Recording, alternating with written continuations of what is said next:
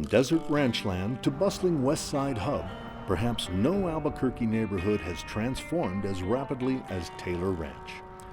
Spreading out from its perch on the hill west of Coors and Montano roads down to the Rio Grande, the neighborhood commands stunning views of the city and unsurpassed access to natural wonders, from the bosque to the volcanic escarpment. Built on land purchased in 1939 by cattle rancher Joel Taylor and his wife Nina May, the development of Taylor Ranch began in the early 1970s when the Bellama Corporation announced a joint venture with Amdec. The neighborhood promised what few other Albuquerque neighborhoods could at the time: a comprehensively planned community with schools, shopping centers, and parks. By the late 70s, homes began filling the former ranchland. For first-time homebuyers looking for affordable houses and spectacular views, Taylor Ranch was the place to buy. With the coming of the proposed Montano Plaza shopping center in 1980, however, residents quickly became aware of the need to guide development and protect the character of the area. That led to the formation of the Taylor Ranch Neighborhood Association. In contrast to its bucolic setting, the neighborhood and the association would soon become embroiled in some of the hottest land use controversies in the city. More importantly, it would set an example for neighborhoods on how best to negotiate with developers and city officials on planning and zoning issues. That tradition of civic activism carries on today. Joel and Nina Mae Taylor were a hard-working, unassuming, and generous couple from Texas. Joel, one of the 11 children, had moved to the Chama, New Mexico area to live and work on his father's homestead in 1921, the same year he made his first visit to Albuquerque. He met Nina Mae in 1925 in San Angelo, Texas, and married her the following year. The Taylors purchased 800 acres on Albuquerque's west side in 1939, and the couple moved into a modest home near the river. They fenced in the property, the present-day site of the Taylor Ranch neighborhood, to hold in some 350 head of cattle. The home would become their winter haven. Mary Williams and her husband met the Taylors in church and started a lifelong friendship.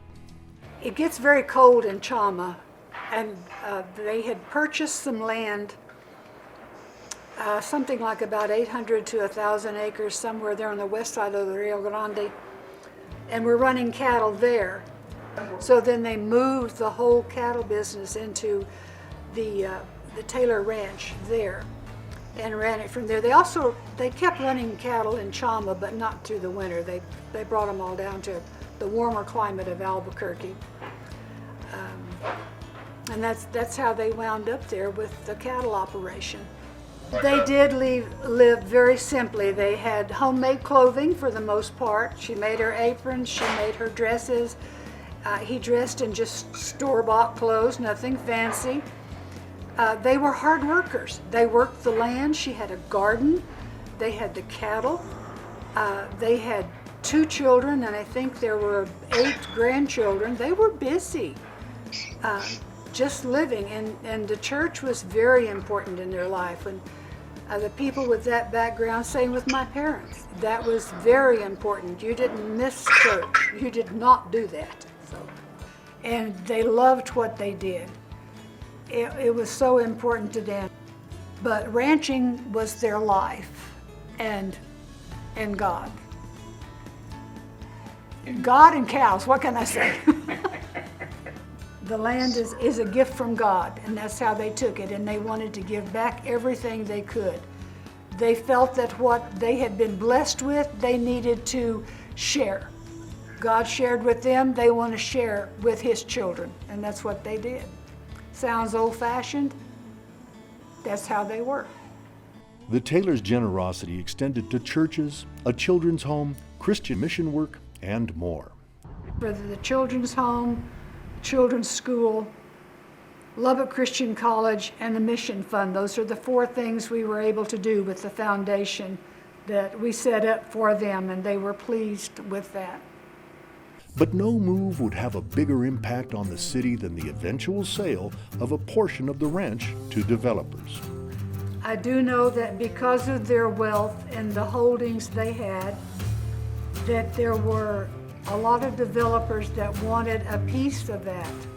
Taylor Ranch that development was huge, but they sold it. I don't think they had any idea what that would develop into. It was enormous. I don't think they had an idea, but they never regretted what they did. The Taylors would live to see the desert rangeland transform into a thriving community. I believe that Joel was in his 90s. I think he passed away in 2002, and Nina was right at 89 or 90 when she died about 3 years later. The only way I can usually describe them to people who ask about wealthy people, I said, if you ever knew Percy Kilbride or Marjorie or Maine, who did Ma and Pa Kettle, that's how they dressed. They didn't put on airs. They didn't drive fancy cars.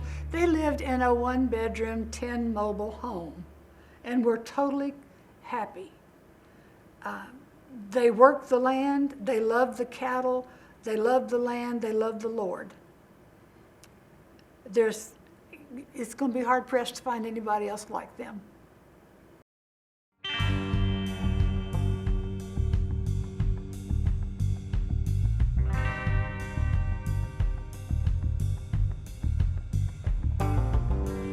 For most of the 20th century, sand, sagebrush, and livestock dominated Albuquerque's west side from Central Avenue north. Dirt roads prevailed where there were roads. Nighttime skies remained unpolluted by street lighting. A handful of homesteads dotted the area, but developers had long had their eyes on the mostly vacant land west of the Rio Grande. In fact, developers had approached the Taylors as early as 1961. Plans for building a bridge across the Rio Grande to Coors Road were in play in the early 1960s, and by 1966, banks and builders actively touted the promise of the west side. Promise changed to reality when, in 1975, the Taylors sold 300 acres of their ranch land to Bellama Community Development. Soon, other developers would get in on the game. By the late 70s, the first homes were in place. The amenities? Well, those would have to wait. Groceries and healthcare were still a lengthy drive away. Access to jobs east of the Rio Grande required detours north to Alameda or south to I-40. I remember back in the day when Coors was a dirt road heading this way. You'd go to Alameda, Rio Rancho. This is when I was growing up. Rio Rancho wasn't there. There was nothing. I remember when they started building the roads and started building homes in Rio Rancho, and the Alameda Coors area was first coming about. It's grown quite a bit. It's changed quite a bit over the years. When I was in graduate school, we'd heard that there was a fireworks display in Taylor Ranch in Albuquerque. So a friend and I borrowed somebody's car to come out, and we said, oh my God, this is still Albuquerque? It was a great view, you could, but neither of us, I think, had ever been west of the river while we were in graduate school. And so that was my introduction to the west side and to Taylor Ranch. I moved up to Albuquerque from Las Cruces, and while I was in Albuquerque, I was renting an apartment. My wife and I back then decided we were going to look for a house, and we started looking on the west side as well as the east side. And the exact same houses on the west side were several $1,000s cheaper than the ones on the east side. I think the same thing that was attracting almost everybody is the affordability of the homes. This home was a Wood Brothers home. Wood Brothers, I believe, was a national contractor. Wood Brothers was also building homes up in the Northeast Heights at the same time. The homes in Taylor Ranch, the same homes, were $15,000 less than the homes in the Northeast Heights because of its being remote. That was kind of like a no man's land. If you little something out in the middle and lots of open space, looked like it was kind of a desolate, but it's not. Well, the one thing I liked about it was the fact that I was slightly up on a hill, and the view was second to none. I mean, I had a view of almost the entire city of Albuquerque, the North Valley, and the mountains in the background. I had a great view. That was the thing that really attracted me. The hill drops, and you had the most spectacular view of the bosque and the city and the mountains. It was breathtaking, and that's like, wow. It's just so inspirational to see that. I think I came to appreciate being able on the second floor to look out and see the volcanoes, look out the window and see the sandias. And during the big old fire, about 15 years ago, to be able to see the flames in the bosque, or just to be able to, when you're driving down the road, to see spring coming because the trees are growing on both sides, they're leafing out on the bosque.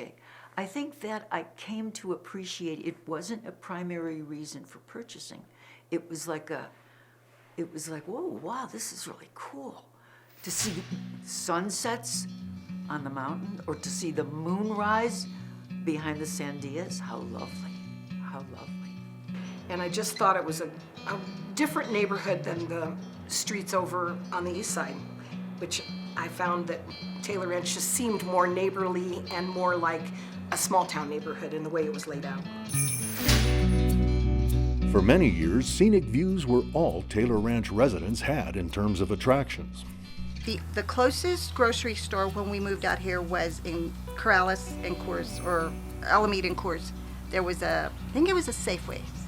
And then there was a John Brooks on the south side of Coors. And there was no movie theaters.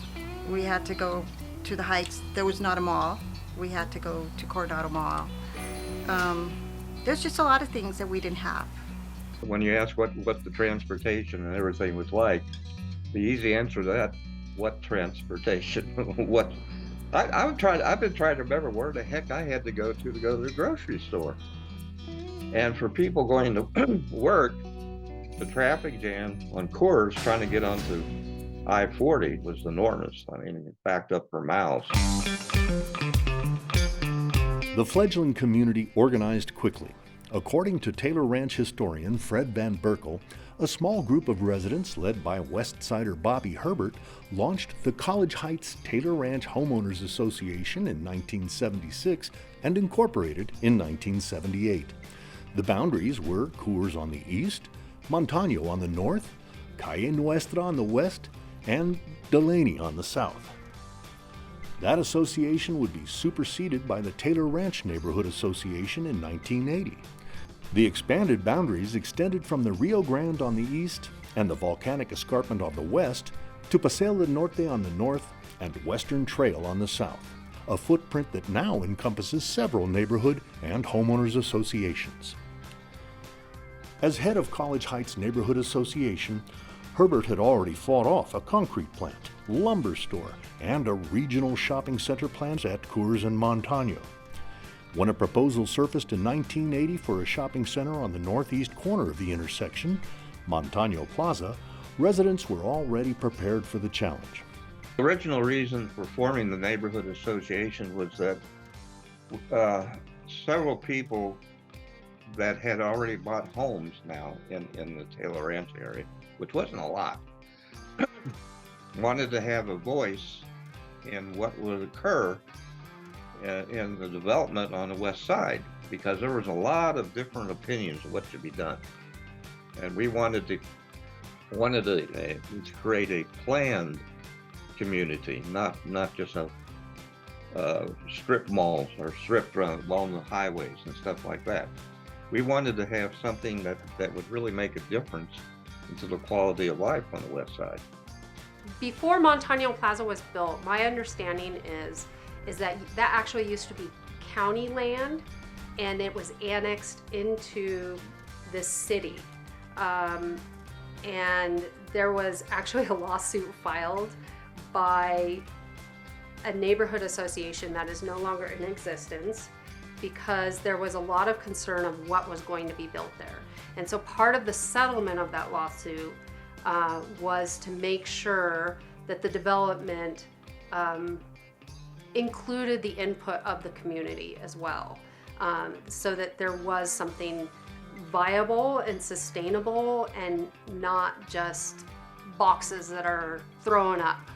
Montano Plaza in particular was kind of the gold standard of what development should look like for the West Side, because the neighborhood associations at the time had worked with the developer to make sure that development met the Coors Corridor plan, and that it didn't obstruct the views, it was sensitive to the environment, it blended in with the environment.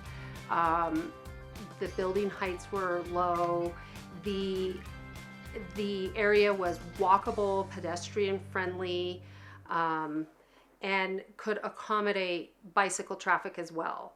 So that area has always been an example of what good development on the West Side looks like. As the neighborhood rapidly grew, residents worked with the city to bring amenities like the Taylor Ranch Library and guide development near the escarpment to the west. They also worked closely with Albuquerque Public Schools to accommodate the growing number of school children. But land use issues were constant. Led by the Taylor Ranch Neighborhood Association, residents successfully fought off plans for developments including a substandard apartment complex and a softball field, and made sure they had input in the city's West Side Master Plan.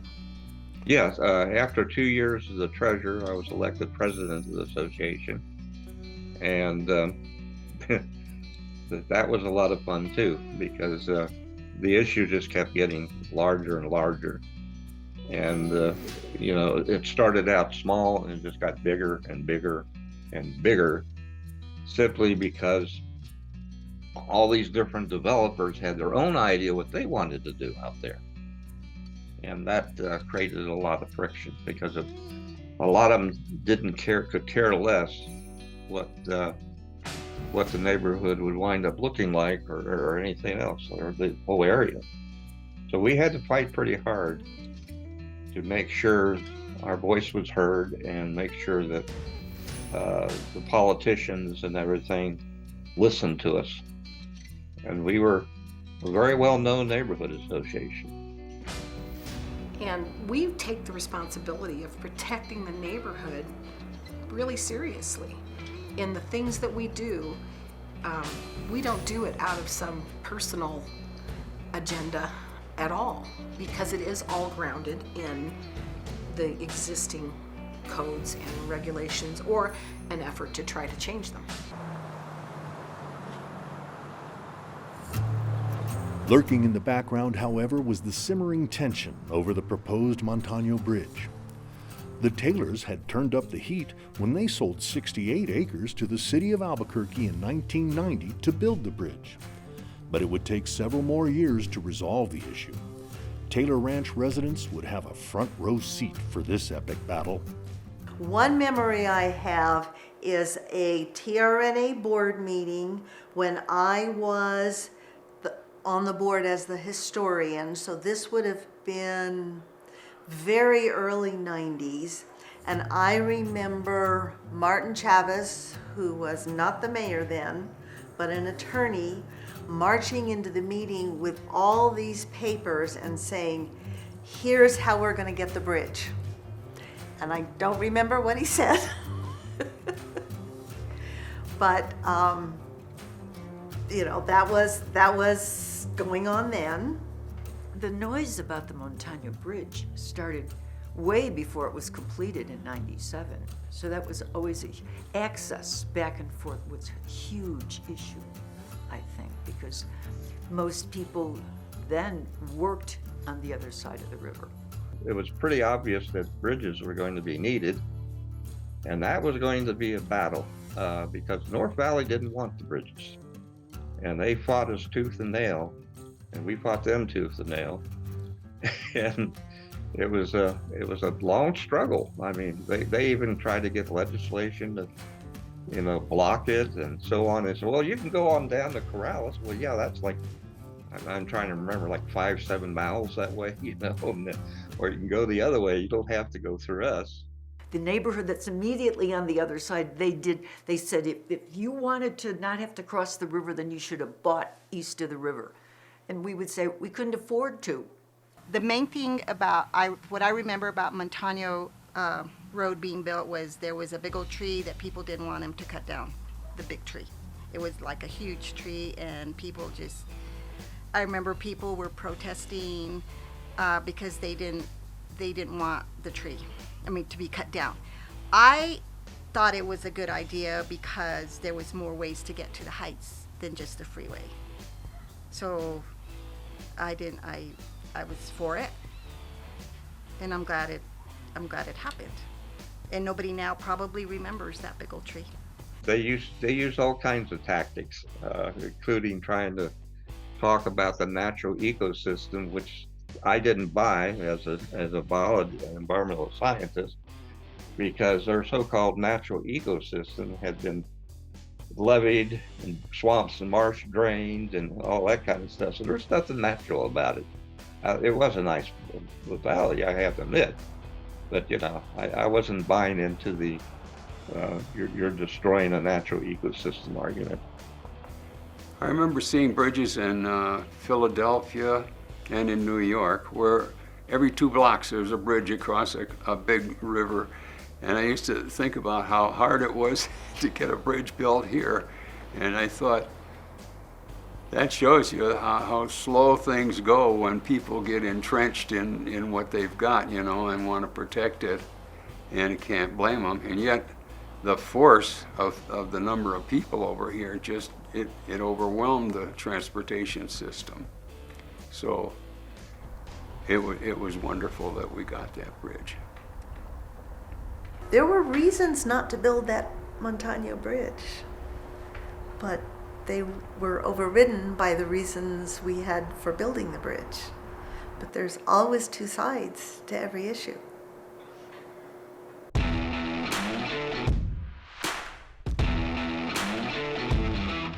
When behemoth retailer Walmart proposed a store at the southeast corner of Coors and Montano in 2011, a development that most Taylor Ranch residents rejected, the opposition would be led by a soft-spoken advocate with an encyclopedic knowledge of city zoning codes and land use issues.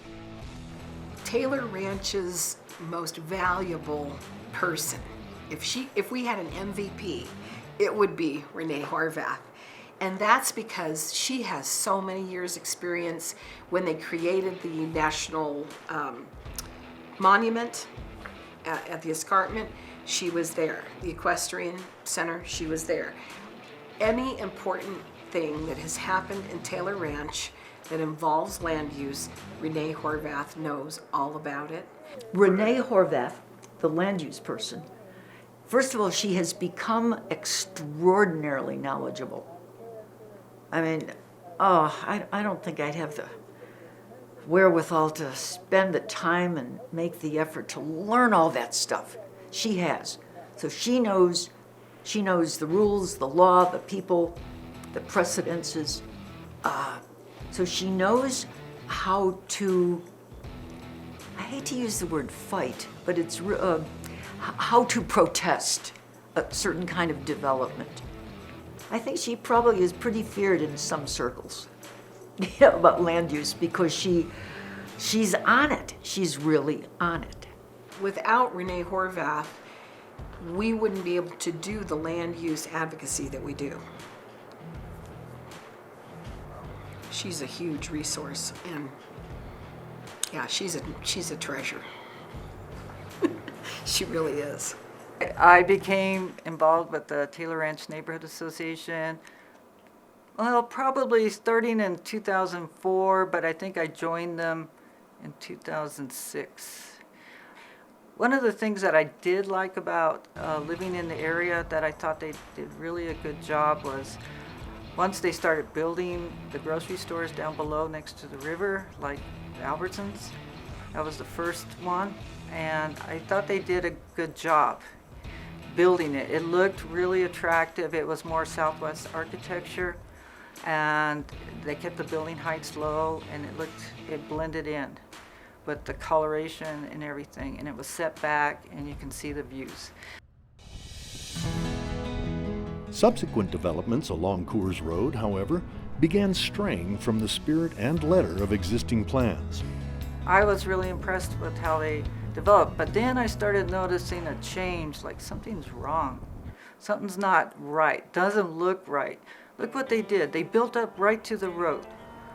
They built a 15-foot wall right next to the road.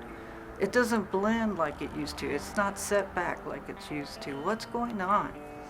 So that's when I started going to these meetings to try to figure it out. And then the people from the Taylor Ranch board asked me to join on. I said, okay. And so, and then they asked me later to be the land use director. I said, okay, because I'm going to these meetings anyway. And they handed me the Coors Corridor Sector Development Plan book, which I know that Don Newton always promoted. He says, why aren't they following the Coors Plan? They need to follow the Coors Plan. And so finally I get a hold of it and I start looking at it and I'm like, oh my gosh, they're not following the Coors Corridor Plan. Oh my gosh. So then I had to, start going to the EPC hearings, and when these land use cases come, and I have to say, they're not following the plans.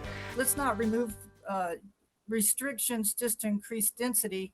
Let's think about how can we plan this to accommodate things. But I agree with Loretta that perhaps this should be deferred to take up this conversation so we get a good plan and not give away things that we regret later on.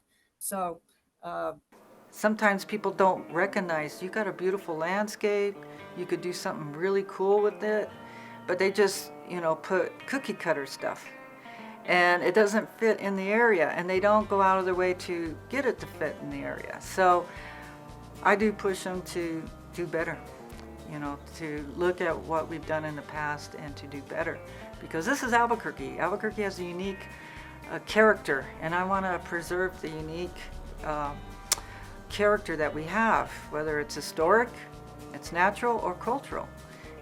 We need to recognize that. And sometimes it's disappointing that they don't look around and say, oh yeah, this is really cool. Why don't we highlight this and develop sensitively around it? Instead, they kind of complain like, why do I have to follow this rule? Why do I have to follow that rule?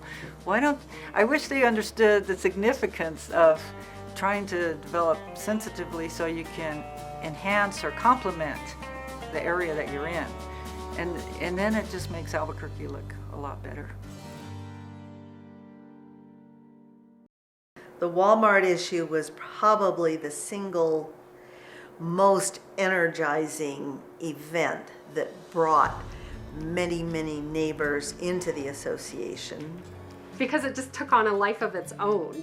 That whole process with the Walmart, after we got petitions and people started saying, yeah, we want to be involved in getting on this email listserv that we had, and we asked for a facilitated meeting, and then before we knew it, this whole, what sprung out of what was community interest sprung a core group of individuals within the community who were available during business hours.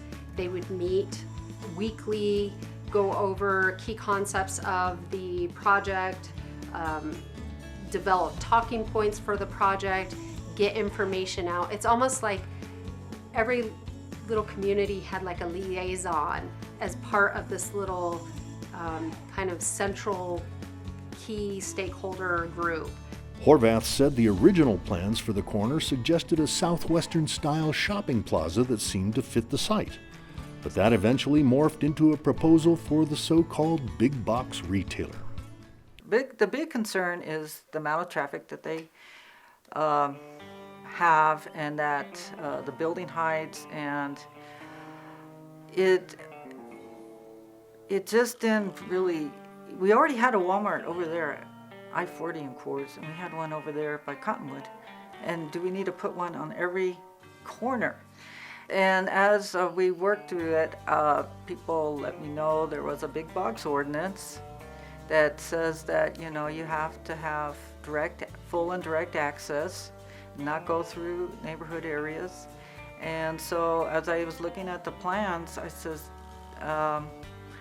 they don't meet that requirement for a big box to be put there because they don't have full and direct access. At the end of the day, for Walmart, what it came down to was really a traffic question.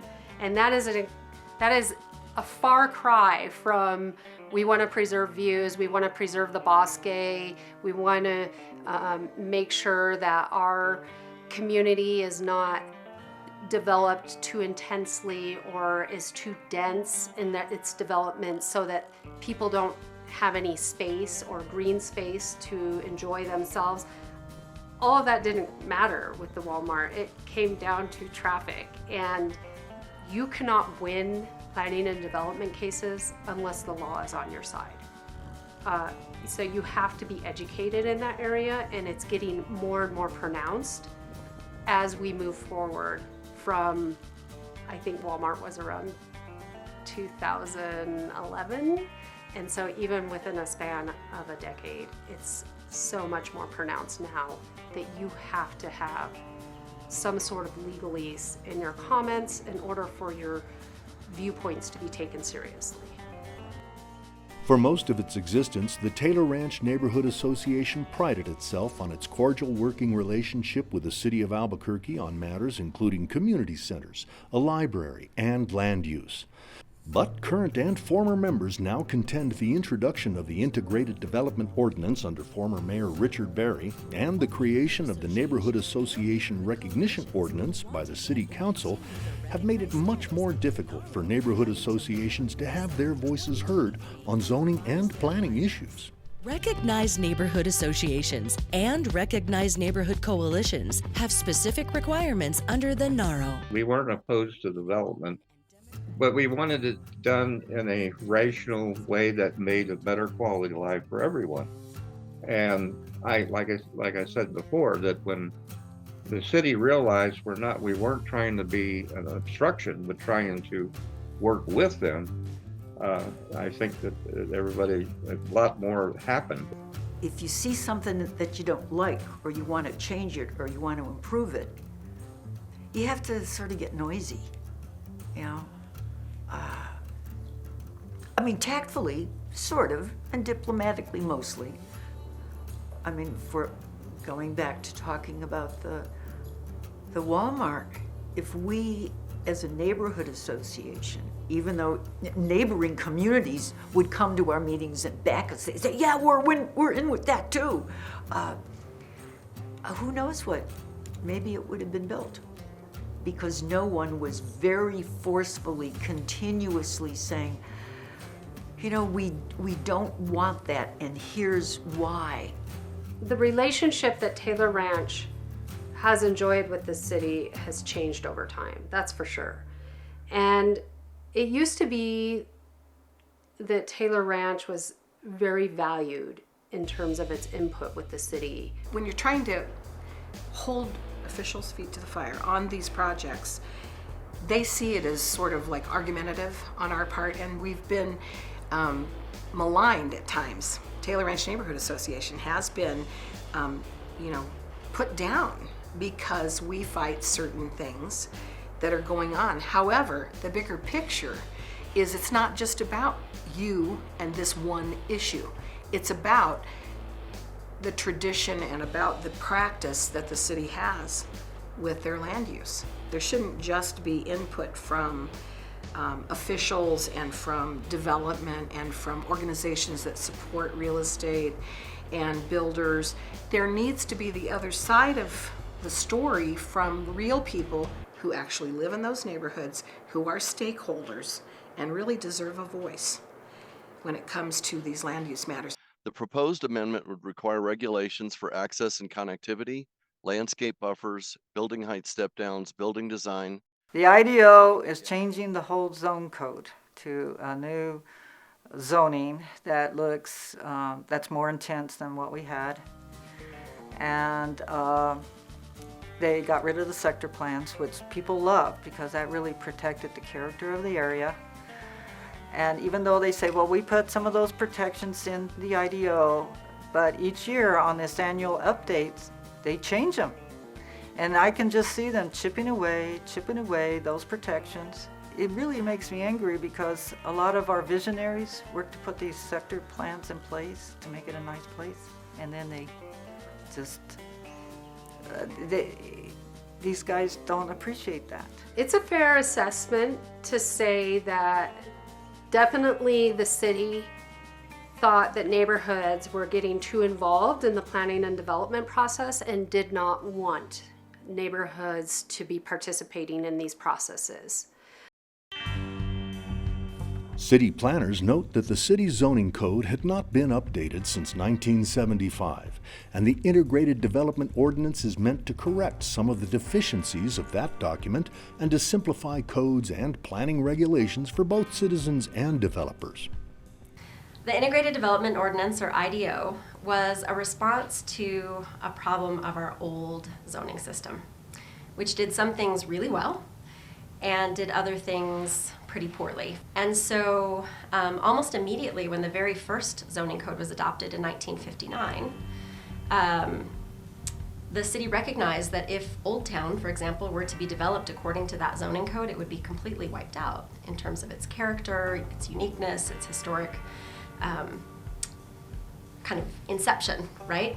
And so the very first sector development plan was adopted for Old Town.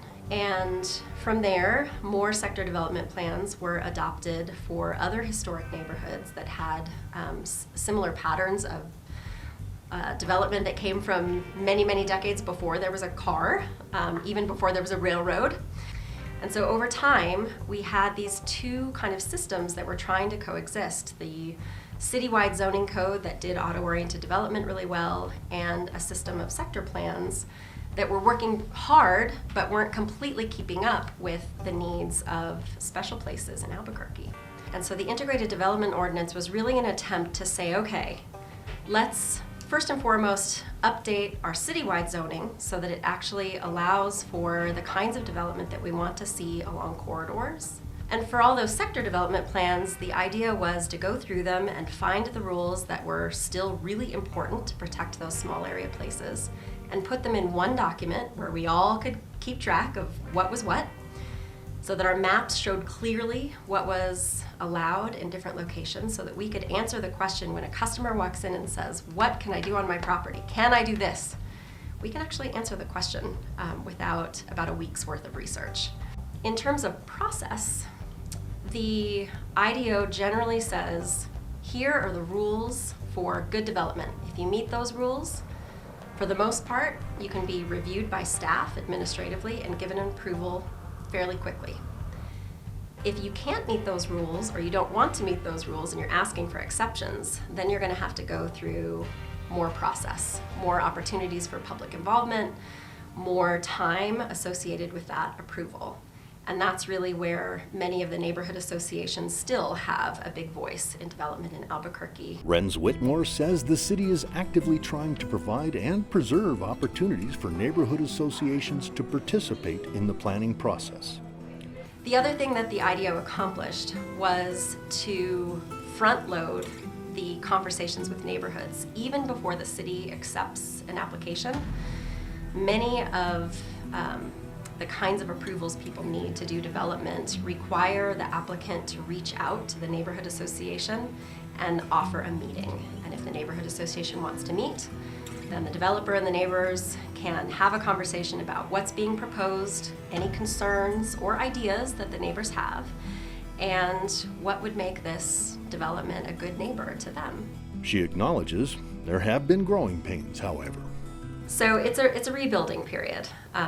I understand that there are many folks who are frustrated still with the change, but I would ask that they give us some time to prove that this is a good system and to build back the trust and a good working relationship.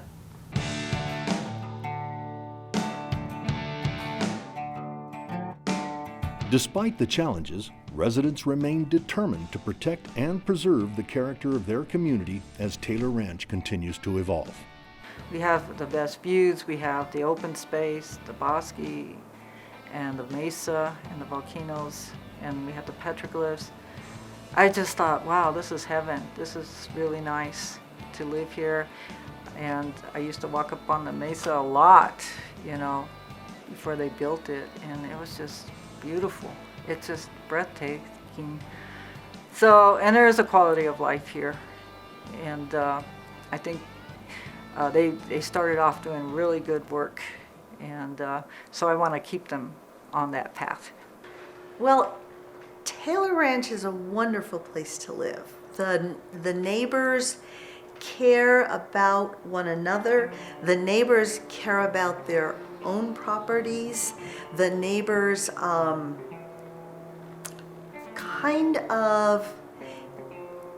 Taylor Ranch kind of serves as a village. I love Taylor Ranch because it represents to me a small town in the city. I come from a small town. There are about 2,000 people in my hometown in Illinois. And to me, Taylor Ranch is like a small town within the larger city. And I feel like it's a good place to be. I feel like the neighborhood restaurant, the neighborhood gas stations, you know, you develop relationships with those people just like you do in a small town. We conducted a couple of flea markets every year, and the church helped us a lot with that. We always had a children's party. We had an Easter party, and we did a lot of children's events over here at Marie Hughes School. Now, we tried to have those kinds of events that brought the neighborhood together, where people met each other and compared notes and all those kinds of things. I think everybody in this community in Taylor Ranch strives for that, to have good schools and good neighborhoods, and you know, that their kids can grow up knowing, being safe and being able to go out and play in their yards, or you know, go to the neighbors and go to the park and stuff like that. Yeah, I think it's a lot of people strive for that in this neighborhood, in Taylor Ranch specifically. If we can keep our little corner of the world nice, that's where it starts. Because all the way up to the national level, everything begins in the community that you're in. So I feel like everyone should participate in their community in some fashion. Some people do it through church, some people do it through like a community activity like flea market, some people do it through membership in organizations. And when you take part in what is available to build that sense of community and to make the world a better place, it doesn't happen by accident. Building a better world in these times that we're living in, I think requires us to try to pay attention to what goes on all around us, and to take care of our neighbors, our friends, and we have to tune into what's available to us. When you have a group of people who can speak with one voice, you'll be heard more successfully. So it's a wonderful place to live. I couldn't ask for a better one. I have no intention of leaving this house, no, until they carry me out.